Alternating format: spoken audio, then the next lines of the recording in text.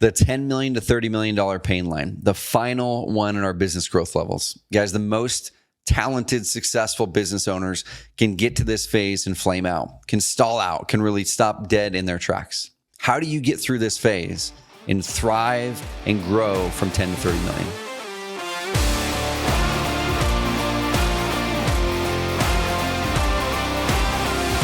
I'm Trevor Mock, an entrepreneur, 8-figure entrepreneur, software company called Carrot.com, real estate investor. And if you're brand new to my YouTube channel or to the podcast, and you have not been following along the entire series of the business growth levels of the Entrepreneur Freedom Formula, and you're just joining us at the $10 to $30 million mark, well, up till now, I've gone through $0 to $100,000. How do you wade through that challenge? What are the pain lines? What identity do you need to adopt? What are the strategies you need to adopt? 100,000 to 300,000, 300,000 to $1 million, $1 million to $3 million, $3 million to 10, and now we're going into 10 to 30. And I'm going to be 100% transparent with you. Every single pain line, every single growth level that I've walked through so far in this series on the Entrepreneur Freedom Formula, I have success in, I have experience in. I could go back to any one of those levels and do it again. I could go to your business at 3 million and take it to 10. I could go to your business at 100,000, get it to 1 million. And I can tell you exactly what you need to do to get there, exactly where you're tripping up, exactly what's in your way, exactly who you need to become, the skill sets, the people you need to get around. I could show you exactly what you need to do for most every single person on this video or this podcast.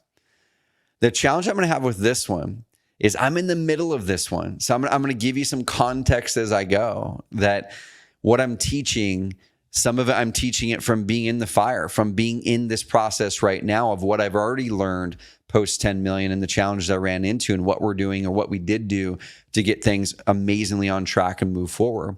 But I'm also going to share where I'm still having challenges, and we'll continue to do updates here on the YouTube channel and in the podcast as I continue to learn this phase. So don't take me as the $10 to $30 million expert, but I'm bringing in knowledge from amazingly close friends, from wisdom that I am soaking in on people who have successfully many times over gone from 10 to 30 and bringing that into my business growth levels to combine it with what I've learned as well. Okay. So in this episode, like I said, we're going to help you get from 10 to 30. Now, if you're not at 10 to 30 right now, that's just fine. Let's say you're at $7 or $8 million a year in revenue. Well, you're going to need to start to prepare for this right now. And that's one of the things I didn't do very well when we were at $6, $7, $8 million. I thought we were just going to sail right on through past 10, go to 15, go to 20, go to 30, go to 35. And I was mistaken. I was wrong. We hit some massive pain lines, and I'm going to share with you as we're going through the business growth levels. We'll pop it up throughout this episode so you visually see where we are, exactly what you need to do. Okay, so the first thing that we're going to do, just like we do every single time we pop into the business growth levels, is we're going to talk about what does your team look like? What do you need to start to focus in on that? The pain line, the identity you need to step into and the identity you need to leave behind, the purpose you're probably going to step into. What is that new purpose now that you have a business likely worth tens or maybe even hundreds of millions of dollars at this point? What's the vision need to shift into, right? What about strategy? How does strategy change? Strategy is one of the biggest parts of this phase. It's one of the biggest things that we have to nail during this phase. And a very, very certain specific part of strategy is key. Then we're going to talk about marketing, leverage, energy, what processes you need to be creating and looking at, and what do you need to delegate. All right, so let's start from the top. So the team, the biggest changes here at the post 10 million, and even as you get close to that 10 million, let's say 7, 8, 9, if you're growing quickly, you need to plan ahead before you get to 10 million so you can grow without having a falter, without stalling out. The biggest thing is you need to start to build that C-suite of leaders at your business. Now, I'm talking real C-suite leaders, real C-level executives, okay? Not someone with a title of COO who's actually a glorified operations manager, or the title of a person who is CMO, who at best is a director of marketing. Okay, we're talking a true person who can actually be an independent builder, someone who you can bring in who's been through that phase before, or they're learning insanely fast and they can grow through that phase with you or drive you, or maybe that's you. But you need to have independent builders, people who can offload strategy in the key areas where you're starting to become a bottleneck. For me, The areas where I became a bottleneck pre and post 10 million were everything related to revenue. Okay. I led marketing strategy, sales strategy, customer success and expansion, product strategy.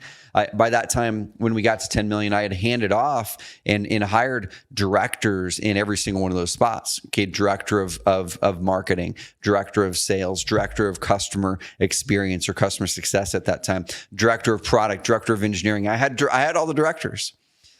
What I didn't understand do well, though, is I over-predicted my ability to continue to get ahead strategy-wise as the CEO and de facto executive in every revenue part of our company. I over predicted what I could get ahead in, and I under predicted how much time it was going to take and how hard it was going to be for me to nail strategy in every key spot that drove revenue, and then make sure it was aligned and disseminated down to the team and we executed it well. Okay. So I became the strategic bottleneck. I had strategies written down. I had goals written down. But when it came time to really go deep into those on acquisition or sales or customer experience or product, there were parts that were not being cared for. There were parts that were that I wasn't serving my directors well or the team members well. So they had the clear direction, vision, and strategy. So what happened was the directors, they're really smart people. They tried to fill the void, right? They tried to fill the void and say, hey, there's all these things missing in here. Let me now try to fill the void and create that plan for you. Okay.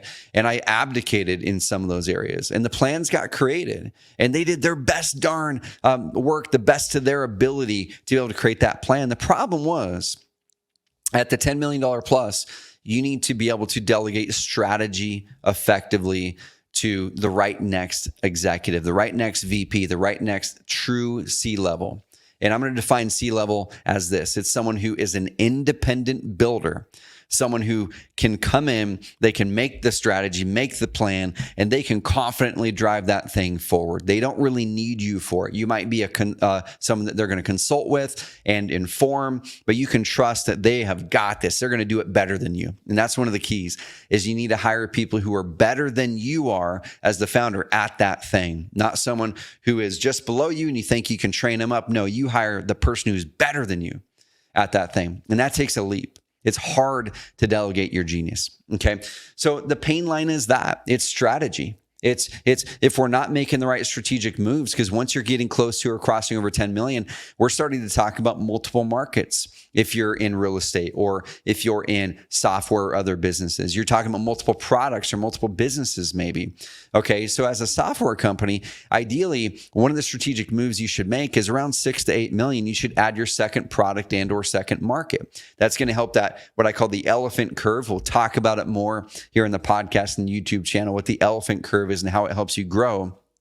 But second product, second market should really be considered between the 6 and 10 million, not at 12 million, not at 11 million.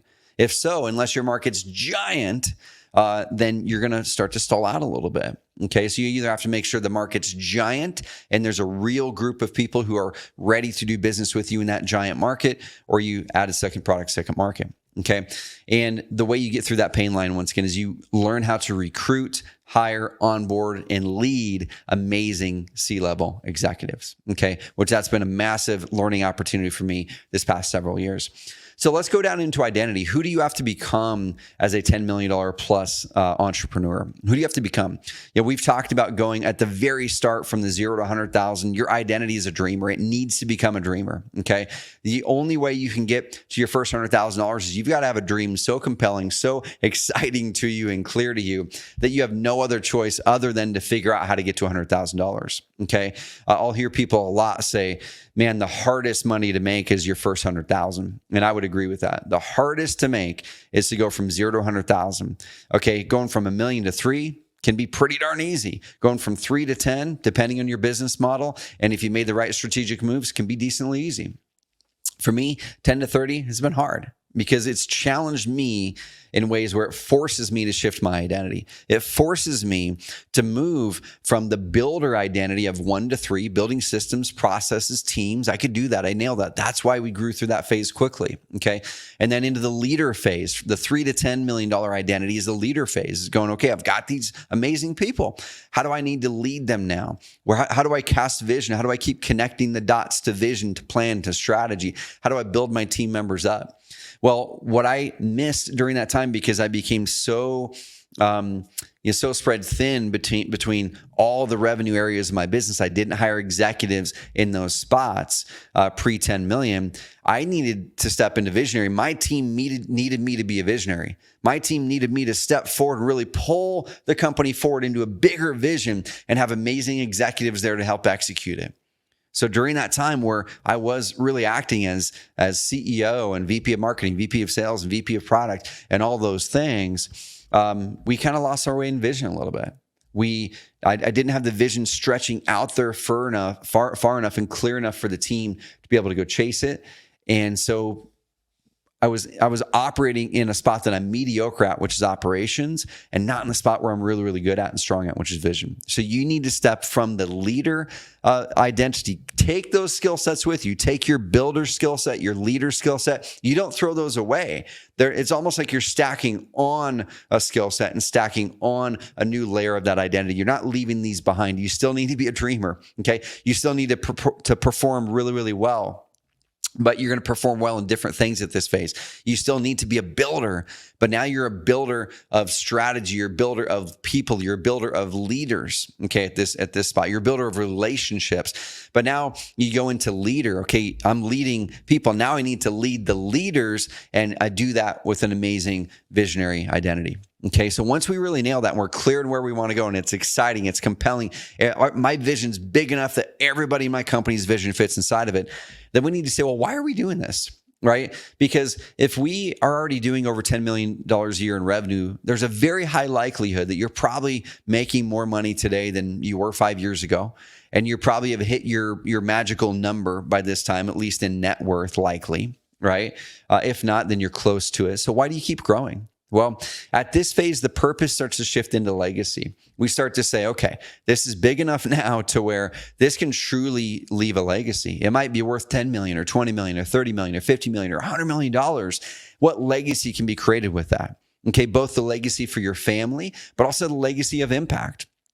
How do I want to have this company truly impact the world or my community? We start to shift into a bigger vision, and it's not just about filling our bank account. It's about taking this momentum you've already got and going, okay, game on, game on. We're just getting started. This is going to leave a legacy and make a massive impact. Okay. We're going to talk about legacy in this Entrepreneur Freedom Formula series as we get. It's not a series, it's a podcast, it's a show. We're going to be talking about a lot because I truly feel that from some people I love and who are amazingly smart, they're taking the word legacy and I feel doing a massive injustice, saying that they don't believe in legacy. And I'm going to tackle that one in a future episode because I dramatically disagree with that in a big way. Okay. So I feel like they're looking at it backwards in a ego-based, selfish-based way, but that's just my opinion. We'll see when we get to that episode. So the next part of this is vision. Okay, what vision do we need to start to step into? Well, this is where we move from just a self-managing business. By this time, we have amazing leaders in place, or we should be recruiting leaders if we don't, like C-level execs. And this is where we should really be stepping into building our empire now. Okay, what is that empire? The empire for me is the organization that you are now at the helm of to be able to drive that legacy, drive that impact, and grow a massive, whatever massive is to you, to grow a massive impact and really grow that wealth for you and everyone around you. You now have an opportunity to really build that empire. Are you going to purchase other companies? Are you going to add upon this company and keep growing it? Are you going to sell it and exit for 10 million or 50 million or $100 million? But we're at this phase, we're saying, okay, how do we build the empire? What does the empire look like? How do we keep the momentum going and use these amazingly smart C-level and VP executives that we've hired to be able to advance this empire? Because here's the key. Those C-level and VP executives, they want to be a part of something big. They want to be a part of building this empire that they can be there with, be a part of, maybe even have a piece of. Okay, when you're recruiting these high-level employees and team members and leaders, they don't want to just come into something and just operate it to keep it as it is. They're usually amazingly independent, amazingly high-level thinkers, very successful in their own right. They could probably be running their own business. They want to be a part of building an empire. That's where you need to create that vision and be the person casting the vision for what the empire is going to become. Okay. So now that once we've got that part of it down, that's the purpose part of our entrepreneur freedom formula for 10 million plus, is we need to shift into to be the visionary for everyone, crystal clarity, where we're going, who we're serving, why we're doing it, where the industry is going, write it down, talk about it every single day and connect the dots with your team. Okay. We need to focus on building that legacy. We're building a legacy of people, a legacy of leadership, a legacy within this company, the impact we're creating. That's what gets us excited at that point, because we already have some money in the bank usually.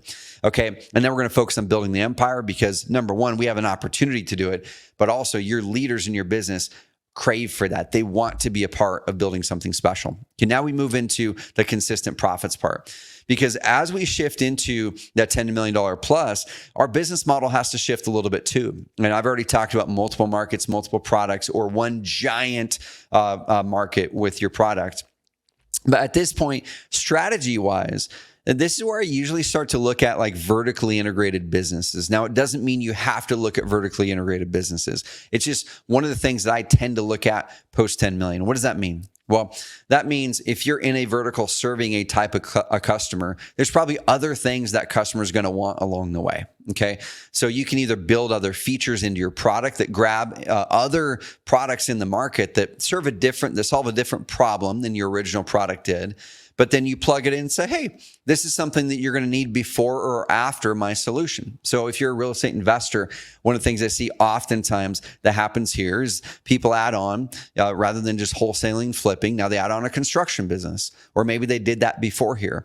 And then they add on a turnkey rental property business or a property management company, right? Because as they're selling properties, they're stacking up their own portfolio, and they now have an opportunity to manage other people's properties and really build that empire. Okay. It could be buying title companies. I've seen a lot of companies and investors become a brokerage, and they buy a title company or they start a title company.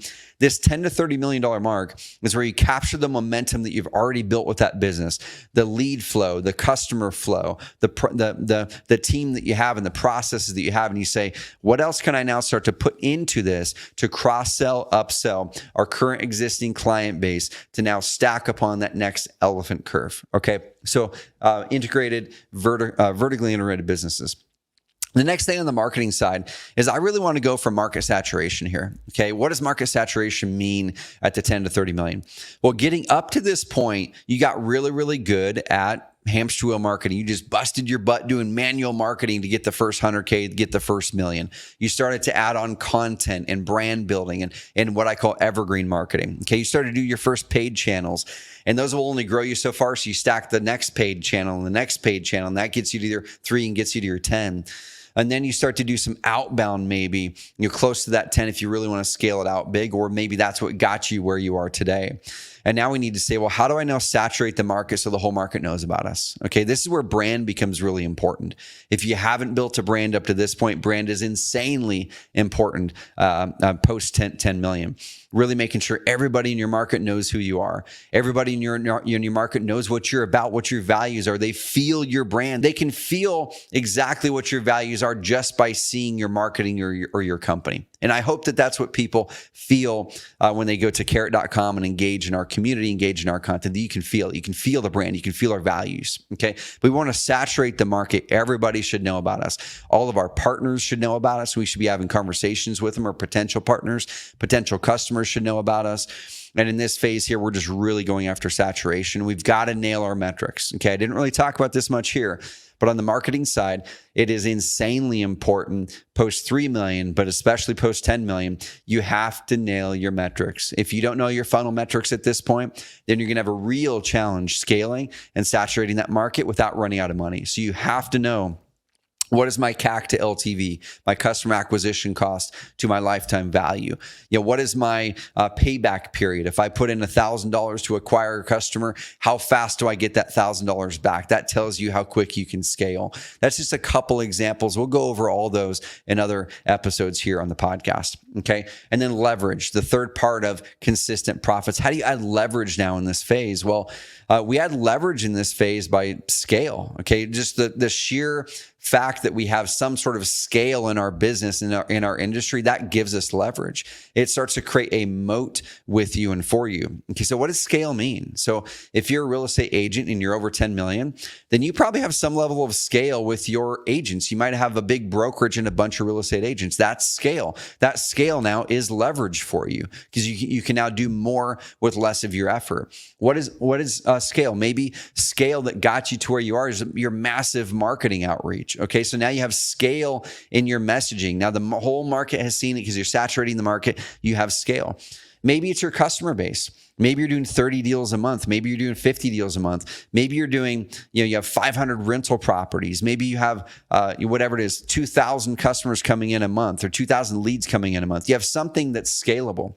You can scale your customer base with referral programs, scale your customer base with tracking the data of the deals all the way through and use that for your advantage where no other company in your space can actually catch up to you because you have the scale advantage. Use your scale to your advantage at this point and really challenge yourself to think of ways you can do that. Okay. So now, you've already got a consistent business. Now you're working on scaling it and using those advantages, saturating the market, really building that vertically integrated business to where you can cross-sell and upsell the right next product, the right next service.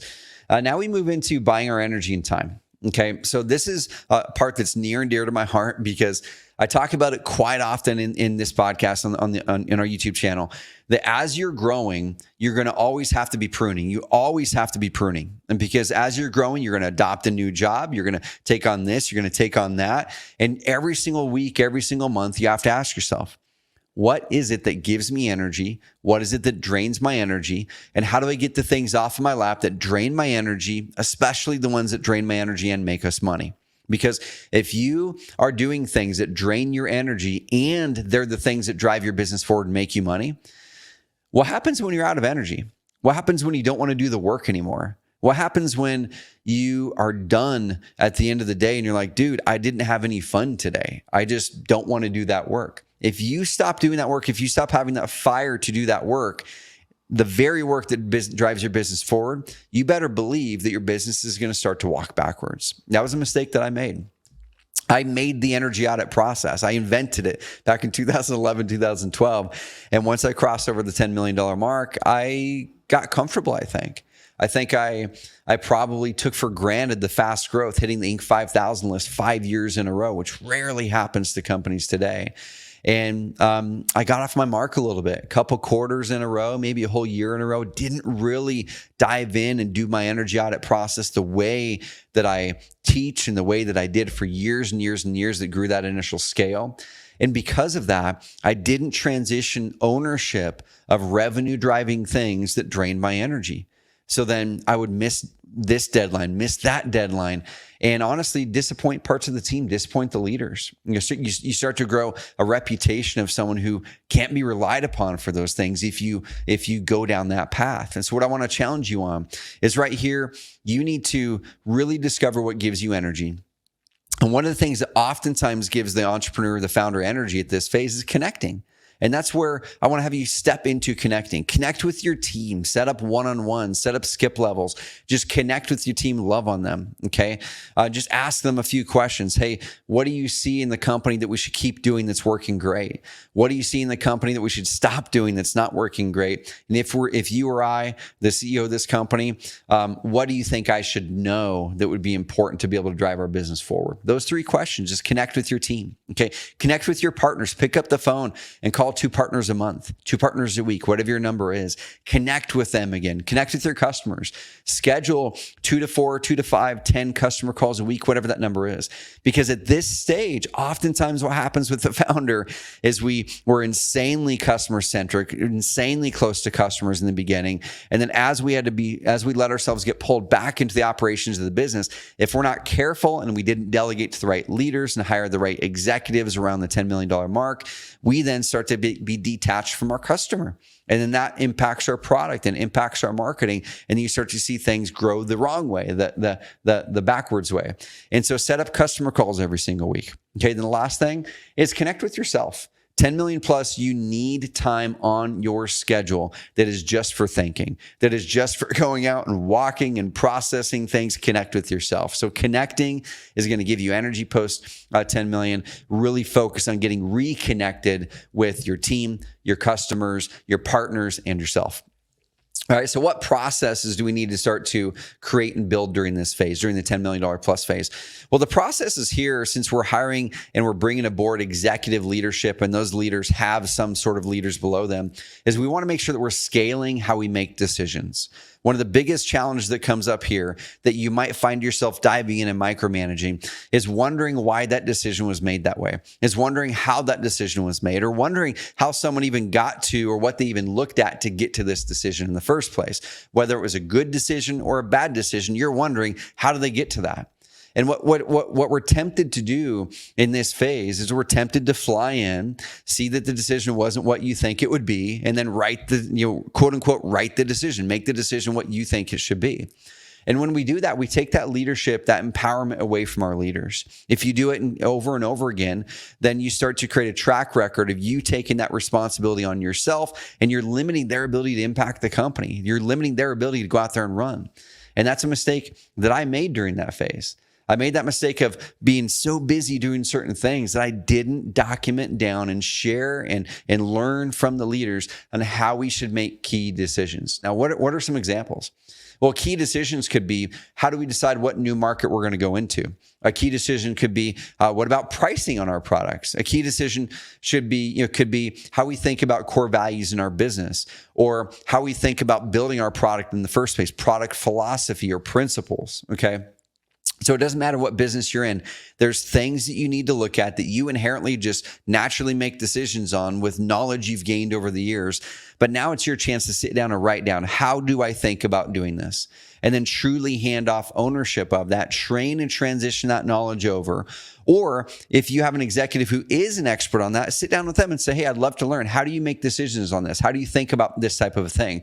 I want to work with you. We're going to document how we're going to make these decisions, so then we can drive this down into the organization, so we're confident that things are getting driven in a unified, aligned way, so we're making strong decisions. Okay. So the last part here is, what do you delegate? What do you delegate? You need to really focus on replacing yourself on the key strategic areas that you need to delegate off. Now, how do you decide that? Okay. I think the biggest thing is you need to pull back and say, where is it that I have the best opportunity to drive the most value for my business? Okay. Is it in analyzing the big deals? Is it in picking the new markets? Is it in recruiting amazing talent? Is it in creating the product? Is it in the marketing, the branding, and the thought leadership? What is it that you uniquely have the talent that no one else in the company can really match up with that talent? That's your unique ability, the thing that gives you energy, you can be world class at, and no one else in the business is going to be as good as you at that. Okay. That's what we need to hone in on. Everything else you should be replaceable in. Okay. So for me, what were those things? Well, thought leadership, really looking at where the market is going, key strategy on determining how we go into different markets, but with collaboration with our team, right? And some of the things that I started to think about replacing were operations. I'm not good at operations. That's not my wheelhouse. I can operate the heck out of a business from 300,000 to a million to 3. I kind of can get my way from 3 to 10, but 10 plus, that's not me. Okay. I'm not the operator. I'm the guy who needs to be having the vision, driving things forward. So I hired an amazing COO, and that COO, I was able to delegate strategy to on a couple different parts of the company. And some of the ways you do that is you sit down with that person and say, hey, what are the most important things that we want to have be true about this side of the company? What are the goals? So you should be aligning with them on the goals and how those goals connect up to the company plan and what's important to you in that part of the company so it connects with the overall company in an integrated way. But then we need to allow that C-level or VP to be able to now bring the strategy, collaborate it on with you. Bam, they're good to go, and they go set it. Okay. So that is a person who can truly make an amazing strategy and collaborate with their team to make a watertight plan is a VP or C-level person. Okay. What we're oftentimes working with, though, guys, is people that might be having a VP or CMO title that are actually just a marketer. They're a director of marketing or a marketing manager at best. Okay. So that's where we need to really be key. We're delegating strategy to someone who's better than us at that thing. And you're going to keep strategy on the 1, 2, or 3 things in the business that you're the best at, that you feel that you're going to be driving the business forward the most, that the company needs you the most for. All right, so I'm going to wrap up, guys. This is one of the longer ones. And like I said, as we go along the way, the Entrepreneur Freedom Formula is about helping each one of us. I'm including myself in this. Okay. The Entrepreneur Freedom Formula is about helping each and every single one of you, helping myself, helping those in my own companies to be able to have a place where we can share what we're going through as entrepreneurs. Have a place where we can learn together. Have a place where we can be vulnerable and say, hey, I sucked here. Here's what you can learn from by me sucking in this area, okay? Or, hey, here's something that worked amazingly well. I'm going to pull it out of my business and show it to you and show you exactly how you can do that. One thing I'm not going to do here in the Entrepreneur Freedom Formula or on my YouTube channel, I'm not going to pretend like I'm amazing at stuff that I'm not. But what I will do is teach you what I'm great at, teach you the mistakes I've made along the way, share with you how I triumphed from those mistakes. And we're just going to be vulnerable as heck on here because entrepreneurship is one of the hardest things in the world that I've ever experienced. Okay. Entrepreneurship is hard. Entrepreneurship should be hard. It's not meant to be easy to create something out of nothing. Okay, that's not something the majority of the world wants to do, or even or even has the ability to do. Okay, but you can. Let me reverse. I think most people do have the ability. I don't think most people have the desire or the wherewithal to push through the pain that it requires you to push through in order to be successful. But almost every single one of you, if not all of you watching this, are fully capable of becoming an entrepreneur, creating something from nothing. The question is, will you be? The answer is in these growth levels. So if you want to get the growth levels, go to trevormauch.com/freedom. That's Trevor, MAUCH.com/freedom. And you can access my YouTube channel, my podcast, a bunch of resources I have inside of my business, including the Entrepreneur Freedom Formula graphic and these business growth levels. So you can follow along, print them off, put them on your wall. They are your map for success moving forward. trevormauch.com/freedom. All right, guys, amazingly grateful and blessed to have you here with me today. And the ask that I have for you before I wrap this up is subscribe. If you've enjoyed this episode, if you've enjoyed anything up to this point that I've put out, hit subscribe wherever you're listening to this or watching this. Hit subscribe on YouTube and be the first to access any of the new content that comes out. As I march towards that $30 million mark myself, hit subscribe on Apple Podcasts or Spotify, wherever you are. But then the second thing that would make me insanely grateful and happy is leave a rating and review. Leave a comment on YouTube. Okay, leave a comment right below this video, and I'll engage in those. It'd be the best gift in the world. Or if you're listening to this on the podcast, go over to that podcast player and take the 2 minutes to leave a review. Just tell me honestly what you think about this and share it with at least one person. Okay, guys, subscribe, leave a rating, review, or comment, and share it with at least one person. Let's amplify this mission of helping you create a business of freedom and impact. All right, we'll see you on the next episode of the Entrepreneur Freedom Formula.